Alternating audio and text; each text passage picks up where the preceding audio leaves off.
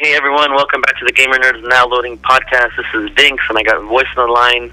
We have some very special guests today. So, my first guest, you've known him with his masterful voiceover work in video games for Capcom to Street Fighter. He's done tons of anime, from Bleach to Trigun. He's even done voiceover for Akira. This man was actually a Power Ranger. Voice and I are very proud to have Johnny Yong Bosch, as well as his colleagues from the Eyeshine band, on the Now Loading podcast. Hey, thanks, guys. So, Johnny, why don't you introduce your bandmates here? Yeah, sure. Here's Maurice Solomon on drums, solo guitar. I'm Jenny on bass. And then I also play guitar and sing. Awesome. So, Johnny, my first question for you, actually, now, obviously, I'm a big fan of your voiceover work, in particular for your fighting games, the work you've done for Marvel vs. Capcom, SoulCalibur, and what have you. Looking at your gaming voiceover, which is, like, your favorite character to do? Like, how do you choose your roles? Your characters and, like, the type of voice you give them in particular. If I had to choose a character, like Nero from Devil May Cry 4 is one of my favorite roles to play, because I wasn't limited to picture. Like when I'm doing an anime project, it's already drawn, so I've got to match basically whatever's already on the picture. Whereas video games, the nice thing is you got a lot of freedom to kind of create it, and Devil May Cry was a script, so I got to be able to work out whatever emotions I wanted to. And then I just kind of chose my natural voice because obviously that's the easiest one to do. I wouldn't have to flip it or anything. And I do mostly just focus on more the acting, less the voice, unless the character's like 15 or something, and then I'll pitch him up a little bit. Obviously I could just add a little kind of craziness to him or something. Looking at some of the voiceover work you've done for your games, and the list is really long. I mean, obviously there seems to be a strong focus on Japanese RPGs in general, even the fighting genre. Is there a particular type of character you'll gravitate towards when you are approached to do voiceover, or is it just they'll give you a role that's always, perfectly suited for, your voice and all that? Typically the guys, you audition half the time, if not most of the time. And then occasionally you'll be called in by a director or even a producer that you potentially work for or something, and they've heard you and they kind of know your voice. And so a lot of times they'll just kind of place you and just be like, hey, we want you to play this character. When I did Zero, I auditioned for a couple different characters, and that was the one I got, So it was just a matter of, which one did they think my voice fit the best, I'm trying to think. I think the Street Fighter, Yang, that one, I was just cast as a, So it just kind of depends on the show or the game. Because one thing I've noticed, it seems that the fighting game characters you voice end up being some of the best characters in the game. Like, do you have any input? Like, do you say I have to be, top tier or something? Because your Zero character, I don't know if you can play Marvel vs. Capcom, but he's one of the top characters in the game, and people get blown up by him all the time. So, do you have any input in the gameplay itself? Do you play the games you voice over, or? I think what they do is they just say, well, we're going to make this character as strong as you are, Johnny. It just happens that way. No, I have no control over that, I've heard the rumors or whatever, that getting with those characters, and so I had no idea. I'm just going in and just playing the character the way I think the character should be played, and however the game stuff works out, they kind of do all that on their own. Actually, I have a quick question, Johnny. So obviously you have acting experience, on screen acting experience. So when you're doing voiceover work, though, you have to kind of portray an emotion or a certain feeling using only your voice. I mean, is that difficult? No, you get used to it. Obviously, my first couple of projects, it was kind of weird, but you kind of you lose yourself in the emotion, really, and you just kind of go with it. And especially if the show or the game is pretty good and has a decent story, you can just kind of get involved in the idea of that character or that world. Because I know you voiced, is it Rush in The Last Remnant? Yeah, he was the lead character, if I'm not mistaken. I remember playing that a while back. But that was the main protagonist role. And then obviously it's a fantasy world. You know, so how do you get enveloped in a world like that? I mean, there's some roles you play that are a little bit more down to earth, where it's easy to say, okay, this is relatable. But someone like Rush, you know, and you talk about things that don't necessarily make sense in the real world. It must be strange. Yeah, you usually like you try to find obviously something that you can relate to. You know, if you're fighting giant cotton candy or teddy bears, yeah, it's a little weird, you know. But you try to find that thing that you can connect to, and it could be like, you know, this person has lost someone, you know, or this has a loved one or someone they're trying to rescue. So you just like grab onto whatever you can that's tangible, you know. Yeah. And you just kind of go from there. Sure, you're going to be saying some weird things. Sometimes dialogue is kind of confusing or doesn't make sense. So there's made up worlds and characters and creatures, but you just kind of you just hold on to what's real, and then all the other stuff will kind of fall into place, you know. You said fighting cotton candy. I mean, that's a weird. Is that like some character you're doing? We should be, you know, telling people that that's JYB's next voiceover role, or? Absolutely, I do that all the time. You can go and start fighting cotton candy. It's like, yeah, I'll beef with you. Okay, so just touch on the mocap, because I know you did mocap for Nero and the NC4.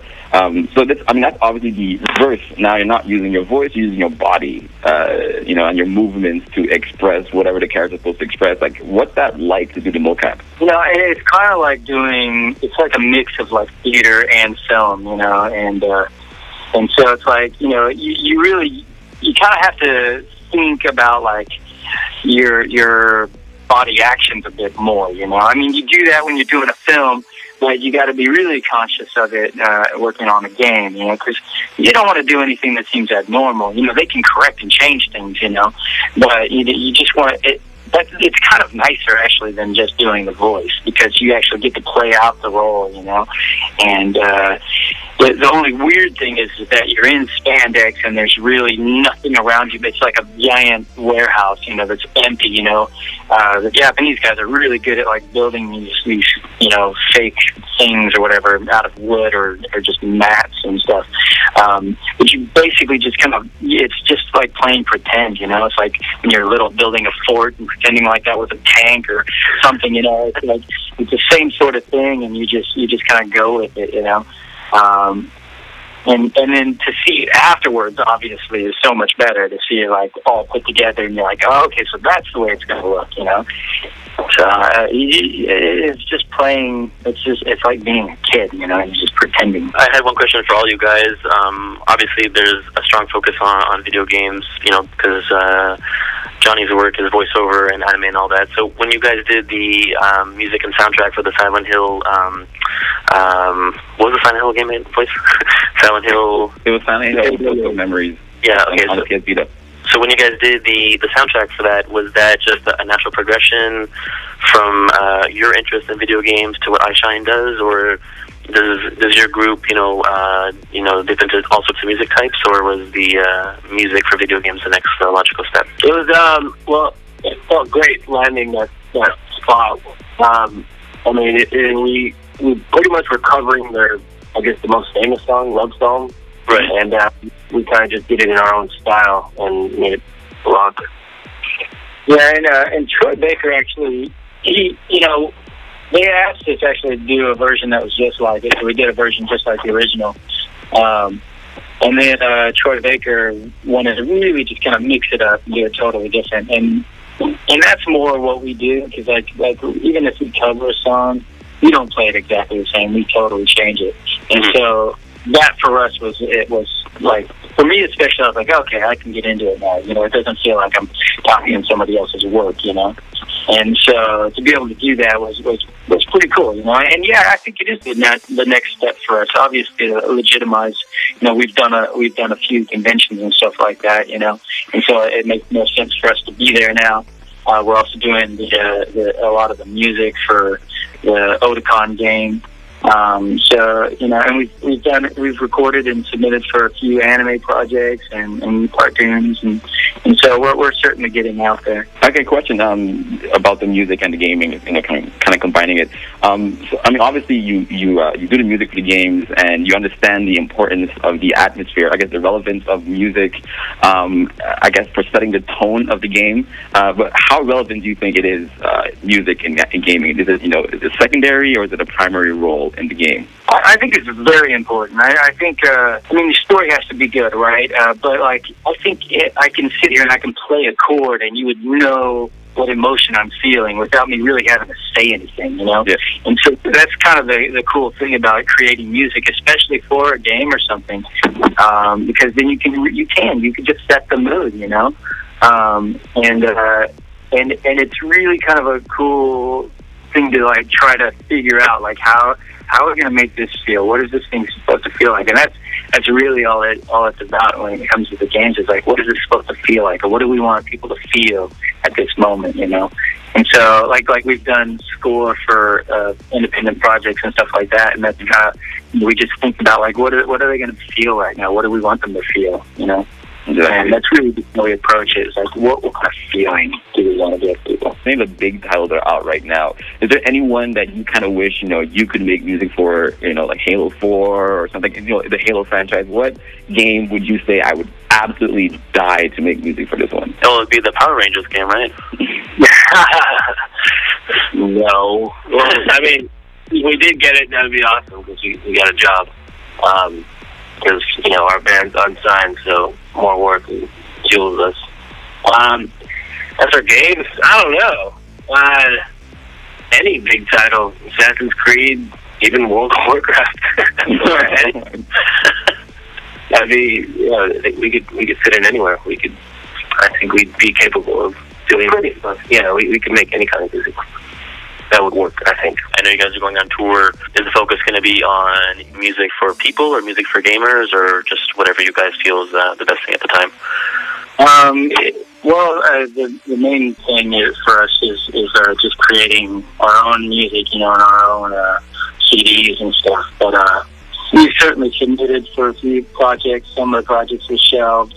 And we get contacted quite often from independent films and artists that, you know, are looking for music and stuff like that. Sometimes they just use our own stuff that we've already done, but there's been a couple times where we've created music specifically for the film. I mean, well, there's a film that I did, actually, and we kind of have, obviously, we did the music for it, but, and, you know, that's kind of the idea, is to just be able to continue being creative that way. You know what we'd love, though, is if we could have our own game, even if it's just through iPhone or Android, and it would be an Eyeshine music game and be something awesome. So anyone who's listening who can make a game.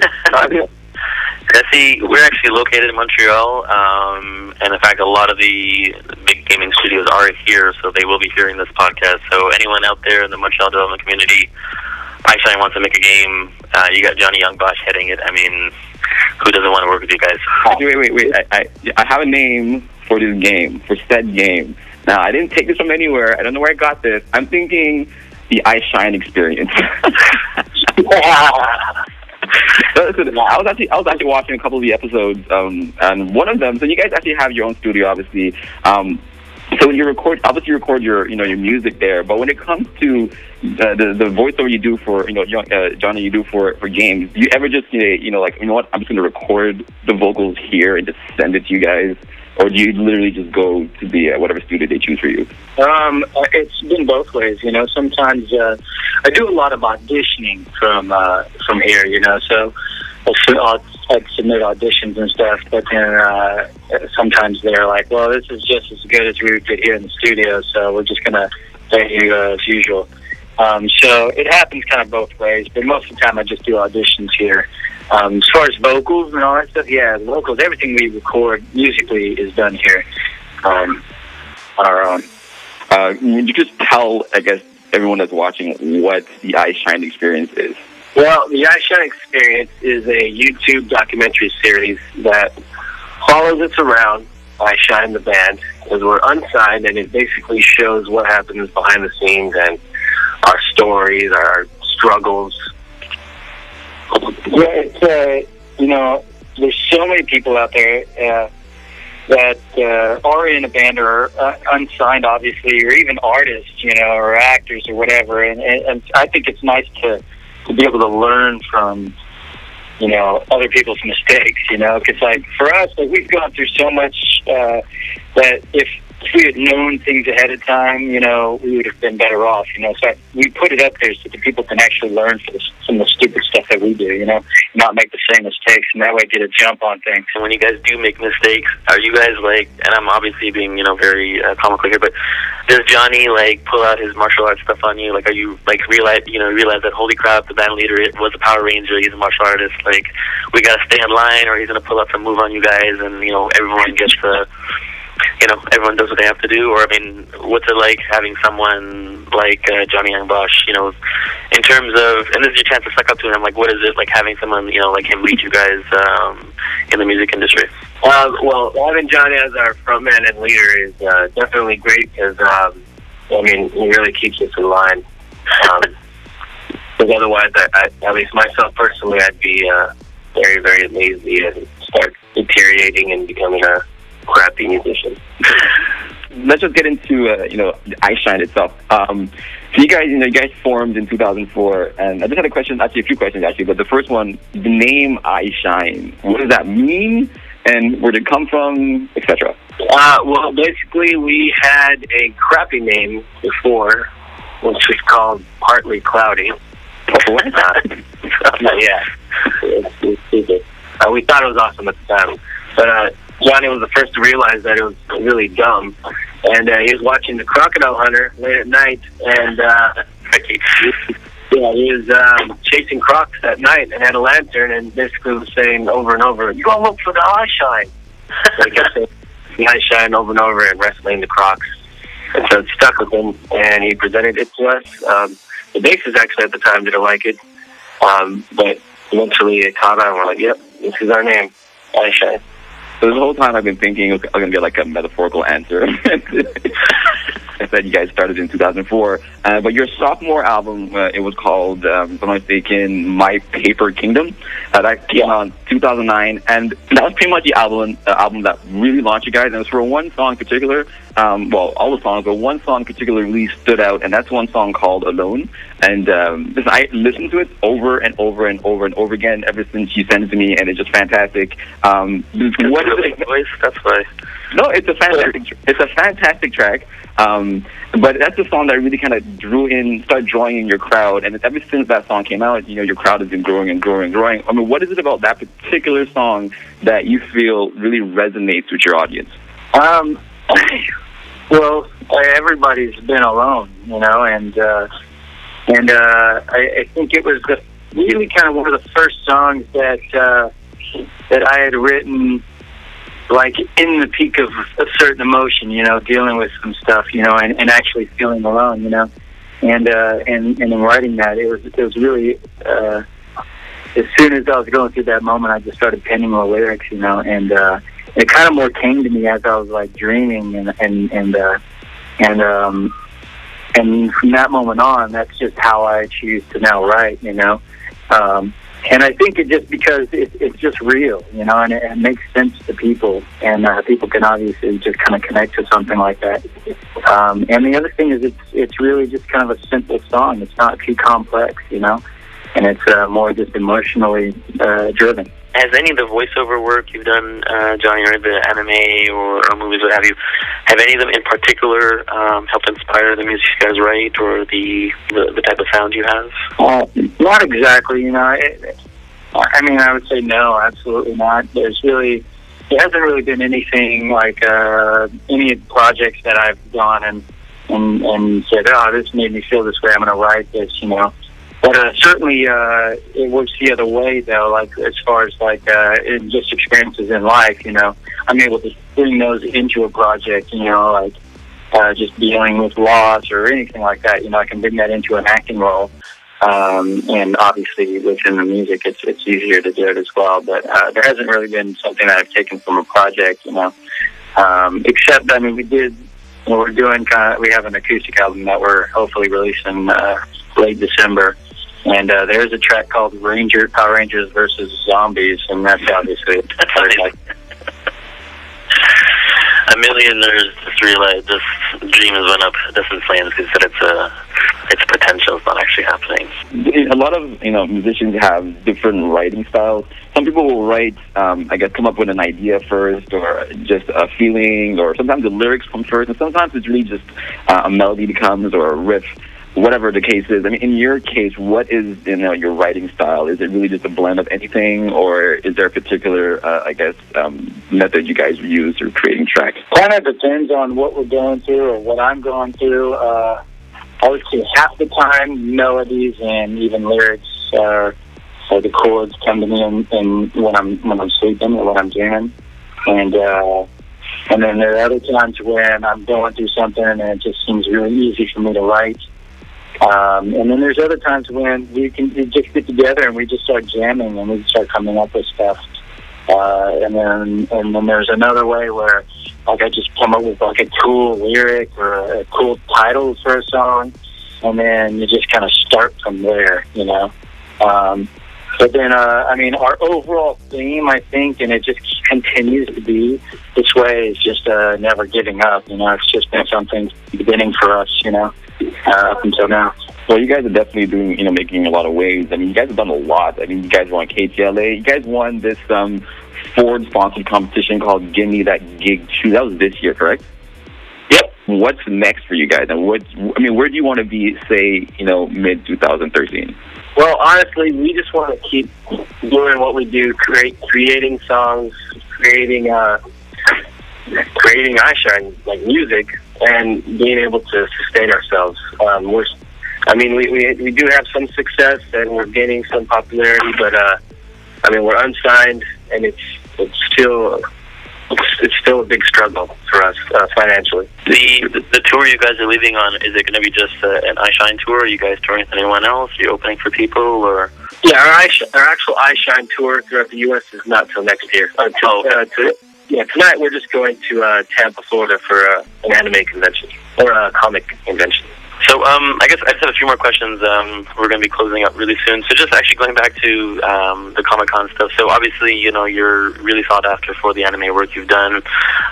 You're just at the Montreal Comic-Con. People, will recognize you for the work in Power Rangers. I mean, I was a really big fan, so I was voice of the original show. So has anyone ever come to you and even approached you or tried to test your skills or anything? Has anyone add a line? Or, I mean, obviously you sound like a really down-to-earth guy, but ever been a situation where they kind of mix reality and fantasy together and you got to lay on the law? Or it's never really happened. I mean, there's been a couple times where somebody came up to me kind of in a weird, threatening manner and wanted to fight, whatever, Yeah. But I usually quickly put that out, because I could say that I'm an approachable person, but I think you get too close and you can kind of tell that, I could fight you. I'm not like that. I mean, I'm a nice guy, but I'm not afraid to throw down.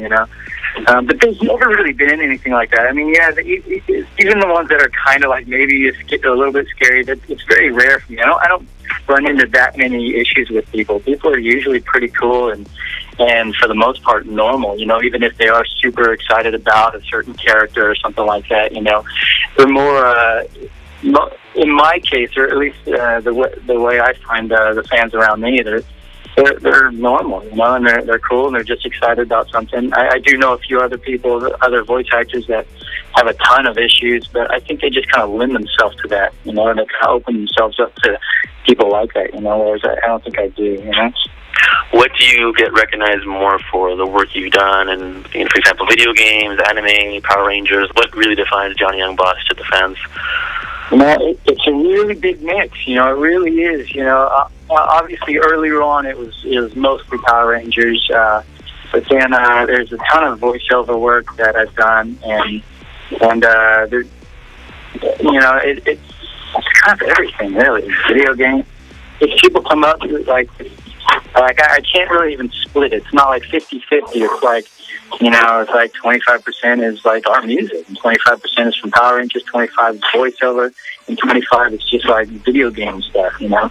And it is just kind of all across the board. Now, if I was going to say, okay, out of the anime projects, which ones do I mostly see? I still mostly see Bleach stuff and Trigun stuff, you know. Those are like the main two anime projects that I worked on that I just keep seeing people want, you know. But then Code Geass is also another really big one. Da-da-da-da and there's quite a few of those. Nero from Devil May Cry 4 is also a huge one that I see. Persona 4 is one that's really big. I didn't even realize it was a big game until like I started going to the cons, and I just see it all the time. My last question for you is, obviously you can choose to answer if you like, but when it comes to voiceover for video games, obviously your name is up there. I mean, you've done so much work and you've done a lot of big games. Nolan North's name also comes up because he's in pretty much everything. So, question I have for you: if you had the chance, who would win a fight between you or Nolan North? Is it weird for me to say that I don't even know who that is? Oh, you don't know? Okay. I don't recognize that name at all. He did. I mean, he's done voiceovers for a lot of video games. In Marvel vs. Capcom 3, he was Deadpool. He's done the whole Uncharted line. So when we send this out to the fans, they'll realize that you don't know Nolan North. So I'm sure they'll go out of their way to introduce you. But I guess so. Yeah, I don't know. You know, that's the thing though. It's like he probably doesn't even know who I am. You know, it's like we don't like especially in a game, we're not like there all together at the same time. Right. Otherwise, that's only like the prelay work. But a lot of the anime and video games, we're just in the booth by ourselves, and we never really see anybody else. And so, yeah, the only time I actually really started meeting any other voice actors was at conventions, you know, and that was when I was like, oh, you work on this project? I work on it. That's really when I started to meet people. Like, you were Dante? I was Nero. Pretty much. That's pretty much how it works. Like, you know, but except for that one, because Ruben actually, you know, yeah, he's a cast. I think the future for gaming eventually will be completely digital, and I see the same thing in music. You know, music is going more digital. You have iTunes and whatnot. So, in your opinion, what is the future of the music format? In sense of, do you think the album idea eventually will die and people simply just rely on, you know, singles and things like that, or do you think the album idea is here to stay? Well, it's hard to tell. We sell a lot of hard cases, you know. We do sell a lot of our actual physical albums, but that's only if we're playing somewhere, you know. Digital is certainly a huge thing, but it's one of those things where anybody can get it, you know. As soon as we release an album, it's on the big points, you know, and it's the hard thing to get out to people for them to understand. It's like, especially us being unsigned, you know, they don't really get it, you know. They don't really understand the importance of kind of supporting an unknown band, you know. We don't mind if people actually do steal our stuff if they're going to like buy a song, and it makes us feel better. But we do have I mean, our fans have been very supportive, and they are buying a lot of our hard cases. So it's hard for me to tell, but I mean, it could go either way, really, you know. And now you're seeing like vinyl is selling, you know. So it depends on the listener, you know, the quality of the listener. You know, I think once people hear like a digital MP3 and then they hear like maybe a record, and they can kind of hear the difference, and then they're like, oh, okay, well, there is a difference, you know. But it's just that we're so used to hearing like MP3s, and we're just accustomed to just throwing our earbuds in or whatever and just going through our daily routine. But if you get into it and then you start to listen to something else and like vinyl or whatever, then you can kind of really hear the difference. Would you guys ever release any of your albums on vinyl? It's something we've talked about. I think it's something we're certainly going to do in the future. At this point, not, because like even myself, I'm like, man, why is it so popular? I don't even have a record player, you know.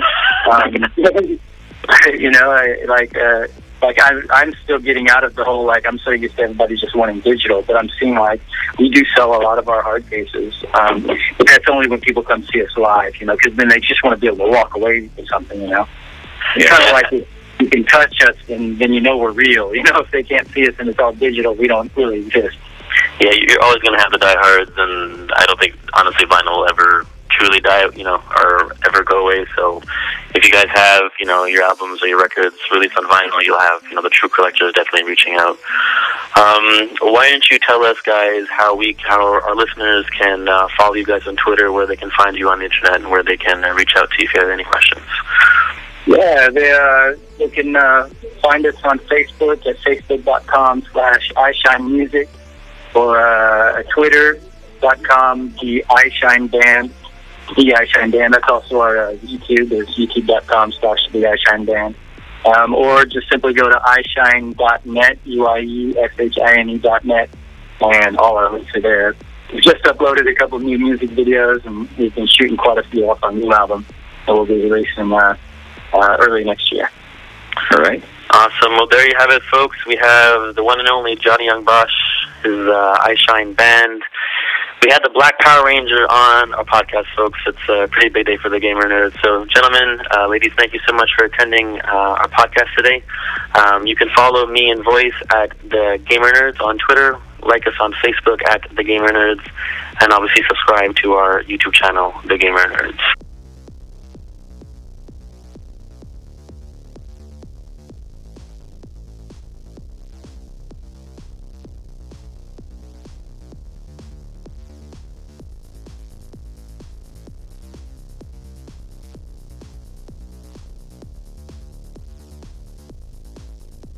Go to our channel. Yeah, totally check out our channel. I think they should subscribe also. Oh my god, subscribe right away. What are you waiting for? Probably a good idea, subscribe.